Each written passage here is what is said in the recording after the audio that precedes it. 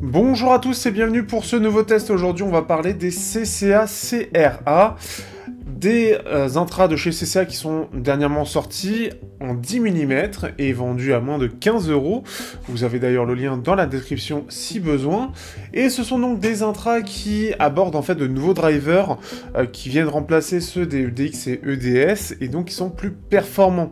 Ils viennent un petit peu s'aligner aux dual drivers qu'on a l'habitude de voir, les KZ ZSN Pro X, CCA CA4, même s'ils sont un peu vieux justement, et on va en parler un petit peu plus.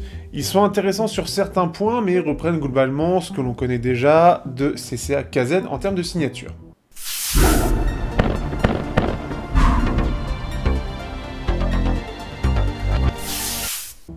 Au niveau du design, les CCA-CRA ont quelque chose d'assez classique en termes de corps. On est sur quelque chose de vraiment standard, ce que l'on voit habituellement dans cette gamme de prix, donc ce qui fait que ça ne change rien. Il est toujours arrondi, un peu bombé vers l'intérieur, et toujours aussi confortable. C'est une bonne chose, c'est quelque chose qui est éprouvé.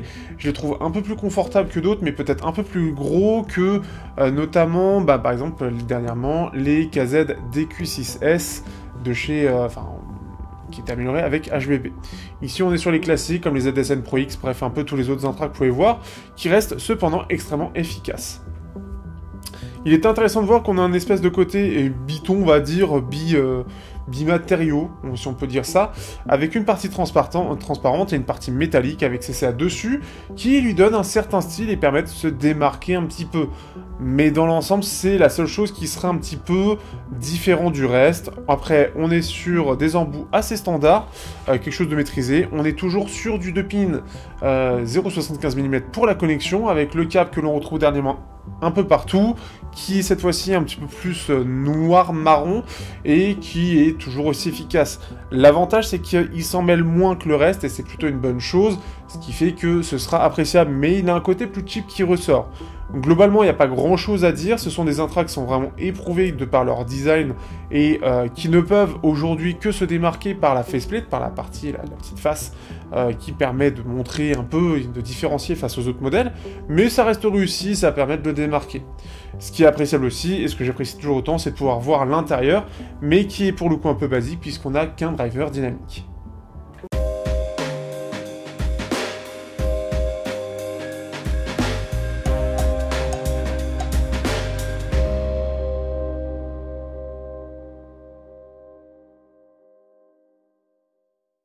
Et justement, ce driver dynamique de 10 mm est de nouvelle génération. Il vient remplacer l'ancien, donc notamment le driver Xun ou équivalent à peu près, que l'on retrouvait sur les KZ dernièrement EDS, que j'ai testé il y a très peu de temps, ou les KZ ZSN Pro X, etc. Ce qui fait que c'était un driver qui était vraiment pas mal, mais ici, ils viennent un petit peu au-dessus avec de meilleures performances, notamment dans les hautes fréquences, et c'est en général là où ça pêche.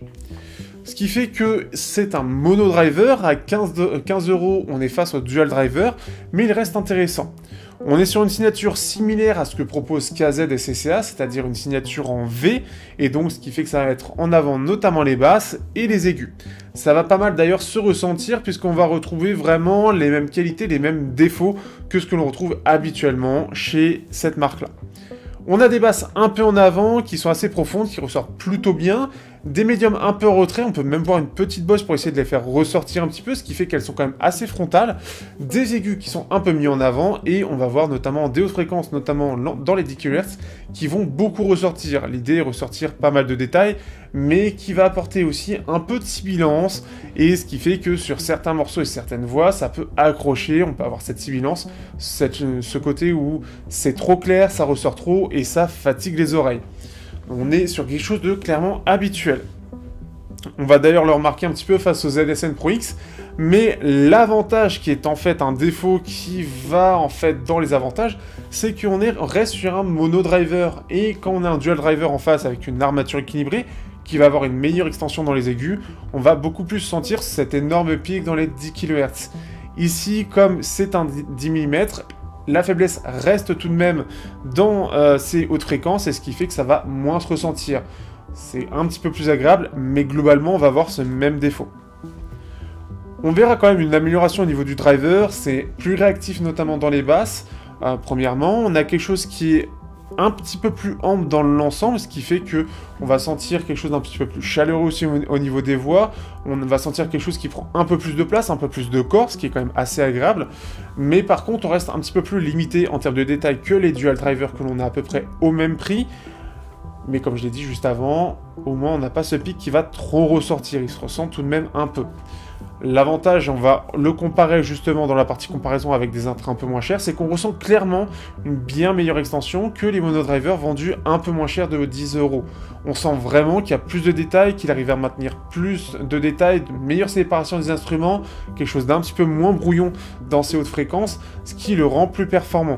Mais il n'arrive pas à la performance des dual drivers. C'est un espèce d'entre-deux, et c'est surtout ce qui va être l'avantage, ça va être de voir les futurs intras sortir avec, en espérant un bon réglage, qui va permettre de voir justement une meilleure maîtrise dans le bas du spectre, et quelque chose de mieux maîtrisé derrière aussi, dans le haut, avec les armatures équilibrées.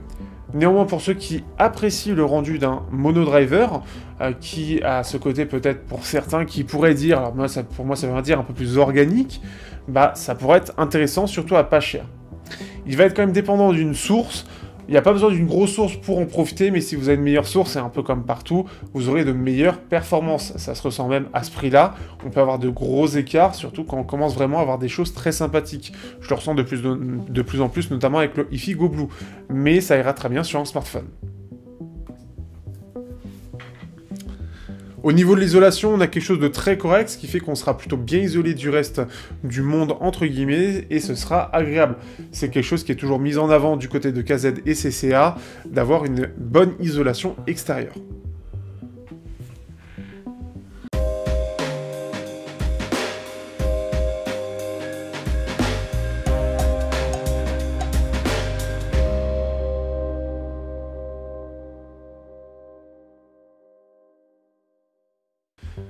En termes de comparaison, on va tout d'abord commencer avec les KZ EDS. Ce sont en soi leurs grands frères, vendus un peu moins cher, avec un driver toujours de 10 mm, globalement le même design avec une faceplate différente, le même câble, ce qui fait qu'on est sur vraiment des cousins, des grands frères comme vous voulez, mais on sent que, au-delà du fait que le prix est quasiment doublé, on a clairement de bien meilleures performances. On sent vraiment que cette extension dans les aigus est bien meilleure, on a plus de détails, on a un peu plus d'ampleur, bref, tout est un peu meilleur. Mais au détriment d'avoir quelque chose qui va être, même pas au détriment, c'est un petit peu mieux maîtrisé au niveau de la sibilance, ce qui fait que ça va un peu moins ressortir. Mais globalement, on est sur la même signature, mais de meilleures performances. Donc au moins, c'est simple et efficace. Vous voulez quelque chose qui soit un petit peu plus détaillé, un petit peu plus ample, un petit peu plus étendu dans les aigus, eh bien, vous avez quelque chose de meilleur ici. Ça permet une évolution pour pas très cher, et de voir quelques petites différences. Ça reste léger tout de même en termes d'évolution. Toujours dans les monodrivers, on a les TRN CS2, un test qui arrivera, mais sûrement dans les derniers, ce qui fait que les CS2 ont une moins bonne dynamique, on sent qu'on a quelque chose d'un peu plus écrasé, mais par contre c'est un peu plus technique, on arrive à avoir une extension dans les aigus qui est meilleure, et c'est un peu plus détaillé, on a quelque chose d'un peu plus net. Mais si je devais choisir entre les deux, ce serait clairement plus les CCA. D'une part parce que la construction est bien meilleure, je trouve les TRN CS2 assez cheap. D'autre part parce que on s'amuse quand même bien plus avec les CCA. Ils sont bien plus marrants, bien plus agréables à écouter pour un peu tout. Là où les CS2 vont trop chercher dans les aigus et on a quelque chose d'un peu trop plat dans les basses, ce qui fait que ça fait un son assez fin, assez plat, qui est pas forcément agréable. Face aux KZ ZSTX ou les KZ ZSN Pro X, globalement ils sont très proches. On va ressentir que, en gros, comme c'est du dual driver avec une armature équilibrée, il y a une meilleure extension dans les aigus sur les KZ et CCA, enfin les deux KZ ZSTX et ZSN Pro X. On a une meilleure extension, mais plus de détails, on a une scène un peu plus large, ce qui fait que c'est un peu meilleur techniquement, mais par contre, on est sur exactement la même signature, donc ce qui fait que ça va mettre plus en avant l'aigu, enfin les hautes fréquences à 10 kHz, et ça va mettre plus de hautes fréquences et plus de sibilance, voilà, c'est surtout ça. Plus de sibilance sur certains morceaux. C'est un petit cran au-dessus, mais ça se ressent quand même, donc ça va être un peu plus fatigant tout de même. C'est là où c'est un petit peu dommage, et c'est un peu le défaut des KZ à vouloir trop pousser dans cette partie-là. Ça reste commun, donc ce qui fait que si vous n'y êtes pas sensible, ça devrait passer, mais l'avantage encore une fois des CRA, c'est que comme il est moins étendu dans les aigus, ça reste un petit peu plus agréable. Donc, ce qui fait que c'est bien. Mais sur des musiques qui vont être un peu plus chargées, il va beaucoup plus avoir de mal à gérer au niveau des détails, là où KZ saura le faire. Face au CCA CA4 que j'avais beaucoup apprécié, notamment parce que justement ça n'abuse pas autant sur les aigus, du moins ça ne se ressent pas, on a quelque chose d'un peu plus basseux sur les CCA CA4, avec des détails disons un peu similaires, voire un peu meilleurs, mais c'est plus doux, c'est moins agressif, et malgré des aigus qui sont un peu en avance sur la courbe de fréquence, eh bien ça se ressent pas autant que ça. Du moins c'est plus agréable, c'est moins agressif, et ce qui fait qu'on en profite plus. Par contre, c'est entre guillemets un peu moins polyvalent, puisqu'il va être un peu plus basseux, donc sur des styles qui demandent un peu plus de calme, il va ressortir plus de basses.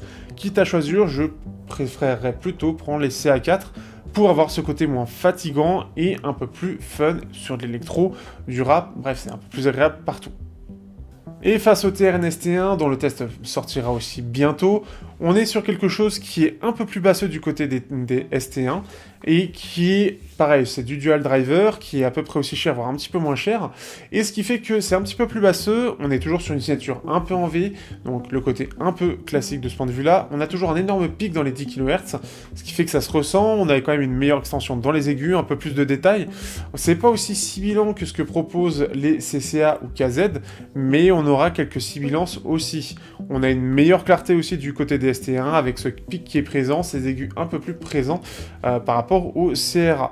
Ce qui fait que c'est un peu différent. Pareil, les TRN restent un peu meilleurs techniquement. On a des défauts qui ressortent peut-être pas autant que les KZ, mais qui ressortent aussi dû à cette extension et ce pic de 10 kHz.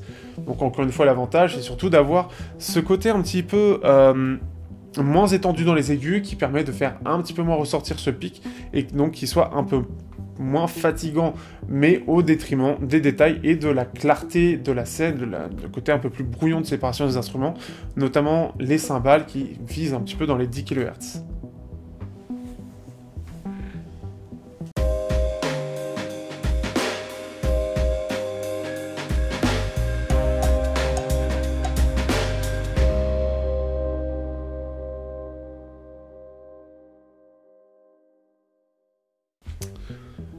Au final, que penser de ces CCA CRA?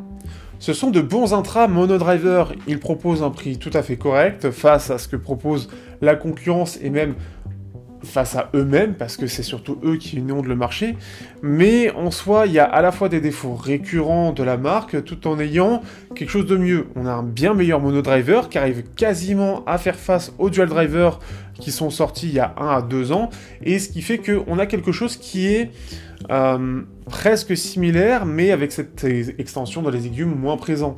C'est à peu près comme ça qu'on peut les présenter, parce qu'après, on est sur la même signature, on est sur les mêmes défauts, les mêmes avantages, la différence reste très peu présente, et ce qui fait que si vous avez déjà des intras similaires, ça vaut pas forcément le coup de réinvestir dessus, à part si vous avez des problèmes, des défauts divers et variés qui fait qu'il faut les changer. Mais sinon, c'est vraiment la même chose, donc ça vaut vraiment pas le coup. Au-delà de ça, ça reste des intras, on voit une évolution dans la marque, tout en gardant la chose principale, toujours cette même signature, c'est une ligne directrice qui ne change pas, et dans cette gamme-là, c'est quelque chose qui leur tient à cœur. Ils n'aiment pas trop varier leur gamme, ce qui est un peu dommage. C'était le cas il y a quelques années, ce n'est plus réellement le cas aujourd'hui. Ça manque de variété. Les CRA auraient pu apporter quelque chose d'un petit peu plus doux, mais malheureusement, ça n'a pas été apporté. En espérant que par la suite d'autres modèles sortent avec quelque chose d'un petit peu plus doux au niveau des 10 kHz et des aigus pour avoir un peu moins de sibilance, tout en gardant ce côté signature en V très engageant, avec ce côté très frontal notamment au niveau des voix. Ça reste de bons intras mais qui sont trop eux-mêmes et c'est un peu dommage. Sur ce, si vous êtes intéressé, vous avez le lien dans la description, n'hésitez pas à liker, partager, commenter, c'est toujours une très bonne aide en soi pour faire évoluer la chaîne, et on se dit à bientôt pour d'autres intras qui seront chers à pas chers, ça dépendra. Allez, ciao à tous.